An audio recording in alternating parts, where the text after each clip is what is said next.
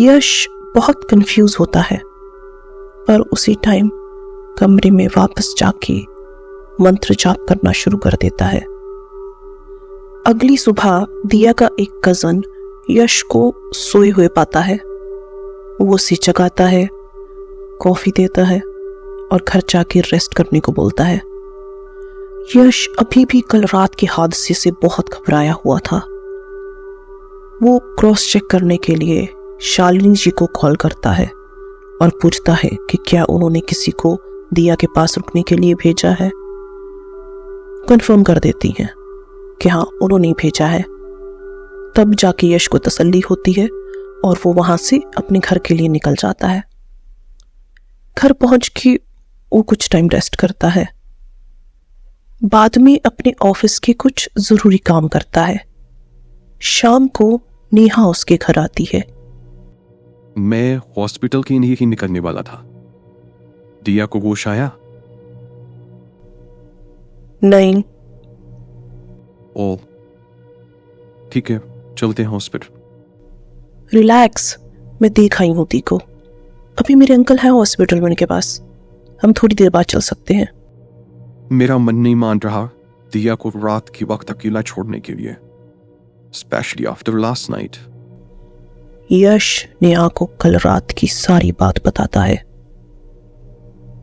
नेहा उसकी बात सुन के कांप उठती है, पर वो यश को दिलासा देती है और बताती है कि घर में यंत्र स्थापित हो चुका है, तो अब उन्हें उम्मीद है ऐसा कुछ दोबारा नहीं होगा।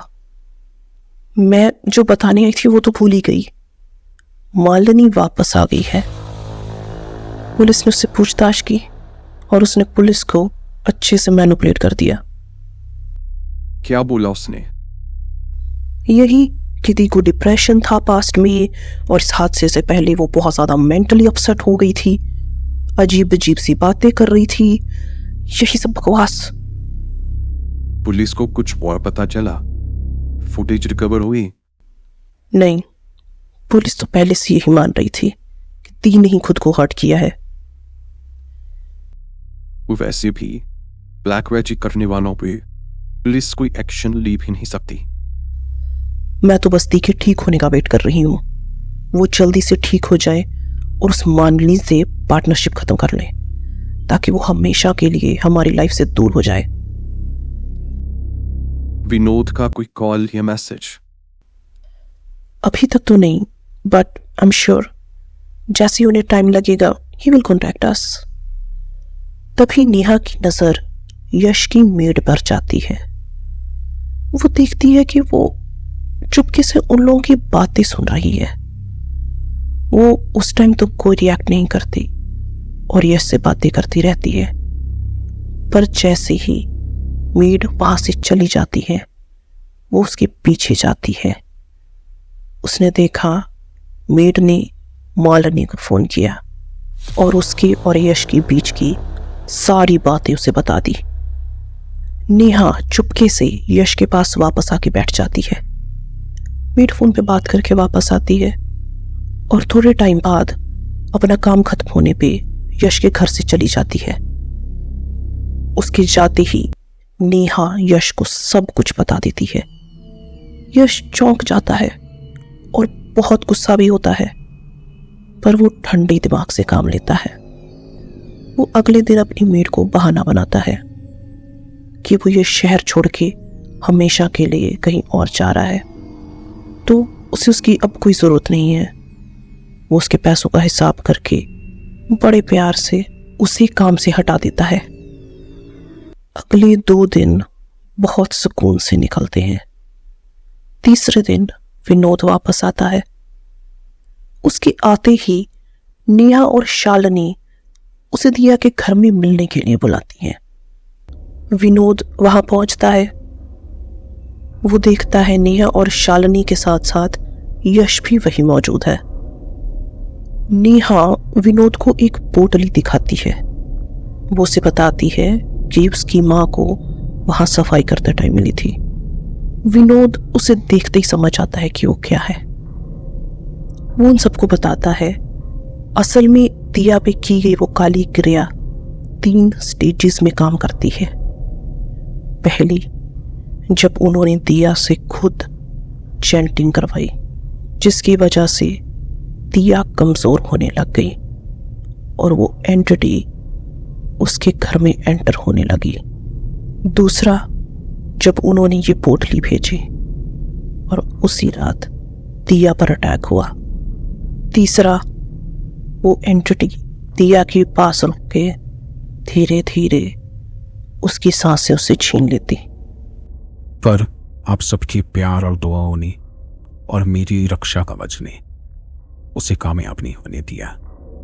फिर वो इतनी जल्दी हार नहीं मानेंगे। वो ये रक्षा कवच तोड़ने की कोशिश करेंगे। कैसे? नेहा ने पूछा। मे बी हॉस्पिटल में दिया के पास जाके या यहां दिया के घर में आके कुछ कर दे। इस पे यश एकदम से बोलता है, हॉस्पिटल में कोई ना कोई होता ही है। यहाँ लॉक रहता है और बाहर सिक्योरिटी गार्ड को स्ट्रिक्ट इंस्ट्रक्शंस दी हुई हैं कि किसी को यहाँ आने ना दे, खास करके मालिनी को। जब से मालिनी वापस आई है, हॉस्पिटल में जो भी फ्रेंड्स या रिलेटिव्स होते हैं उन सबको मैंने कह दिया है कि अगर मालिनी वहां आए तो हमें बता दे। इवन जो स्टाफ भी ड्यूटी पे रहता है उन्हें भी अलर्ट कर दिया है। और वैसे भी पिछले 2 दिन से कुछ नहीं हुआ।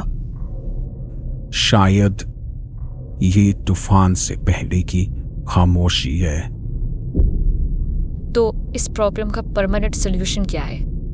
शालिनी जी पूछती हैं। ये पोटली मैं एक विधि करूंगा। उसके बाद इस पोटली और कुछ और चीजों को किसी पायस वाटर बॉडी यानी किसी पवित्र जलाशय में विसर्जित करना होगा। I know such water body, हमारे कुल देवता के मंदिर के पास है। ग्रेट। जैसी ही मेरी विधि पूरी होगी हम लोग वहां चलेंगे। It can't be so simple, right? वो तांत्रिक इतनी आसानी से ये सब होने नहीं देगा। ये कहते हुए नेहा को इस बात का कोई अंदाजा नहीं था। उस तांत्रिक ने पहले से ही इस सब की तैयारी करनी शुरू कर दी है। शहर से बहुत दूर एक वीरान सी जगह पे वो तांत्रिक अपनी आंखें बंद किए एक बड़े से अग्निकुंड के सामने बैठा है। उसके सामने जानवरों के कटे हुए अंग पड़े हुए हैं और हर वो मलिन चीज पड़ी हुई है जो ऐसी काली क्रियाओं में इस्तेमाल की जाती हैं। अचानक से आग की लपटें बहुत ज्यादा बढ़ने लगती हैं और धीरे धीरे उस आग के ऊपर एक बड़ा सा धुएं का काला बादल बन जाता है और ये बादल धीरे धीरे एक आकार लेना शुरू कर देता है। तभी उस तांत्रिक को एक आवाज सुनाई देती है। वो अपनी आंखें खोलता है। सामने उसे जो दिखाई देता है वो देख के उसके डर से पसीने छूट जाते हैं।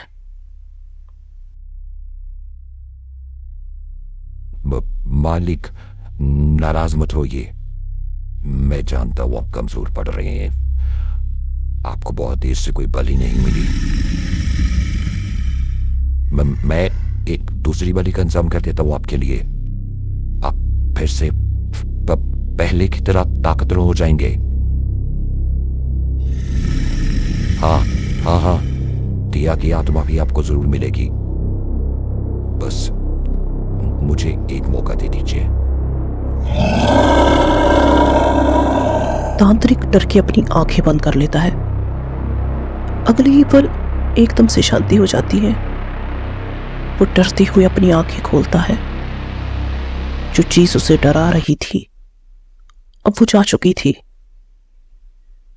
उसके चेहरे पे कुछ पल पहले जो डर था उसकी जगह अब एक कुटिल मुस्कान ने ले ली थी।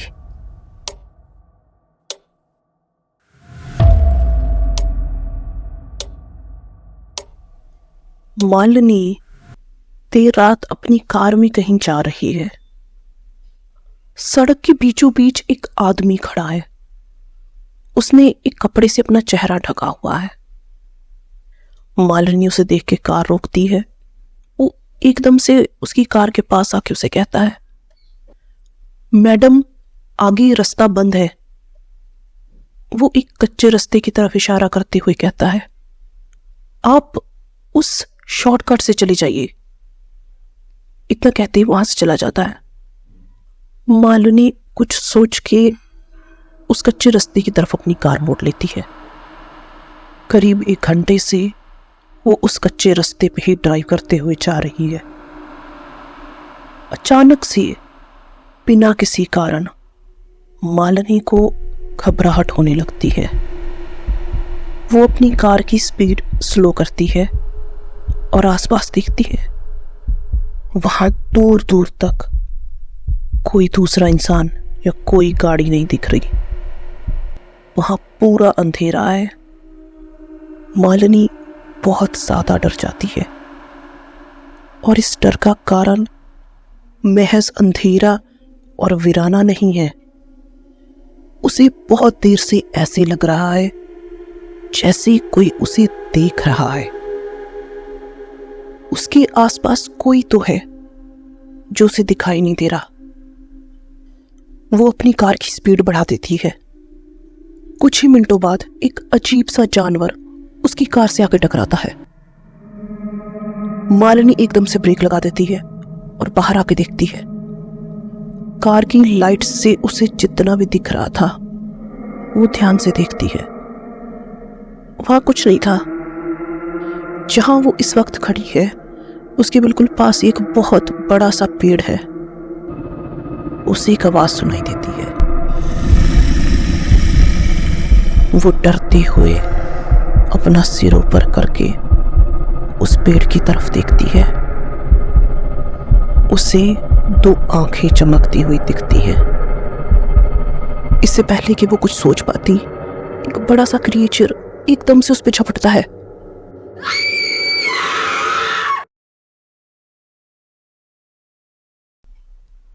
अगले दिन यश को एक बुरी खबर मिलती है। उसे पता चलता है कि दिया की हालत बहुत ज्यादा खराब हो गई है। डॉक्टर्स उसे सर्जरी के लिए ले गए हैं। वो एकदम से हॉस्पिटल के लिए निकल जाता है। सर्जरी बहुत लंबी चलती है। यश, शालिनी, नेहा ऐसे ही टेंशन में कई घंटों तक बैठे रहते हैं। उन्हें ऑपरेशन थिएटर से एक नर्स बाहर आती दिखती है। वो उससे पूछते हैं। नर्स उन्हें बताती है कि अभी कुछ कह नहीं सकते, सर्जरी और लंबी चलेगी। अब इंतजार करने के अलावा वो लोग कुछ और कर भी नहीं सकते थे। ऐसे ही परेशानी में कब रात हो गई उन्हें पता भी नहीं चलता। तभी विनोद वहां आता है।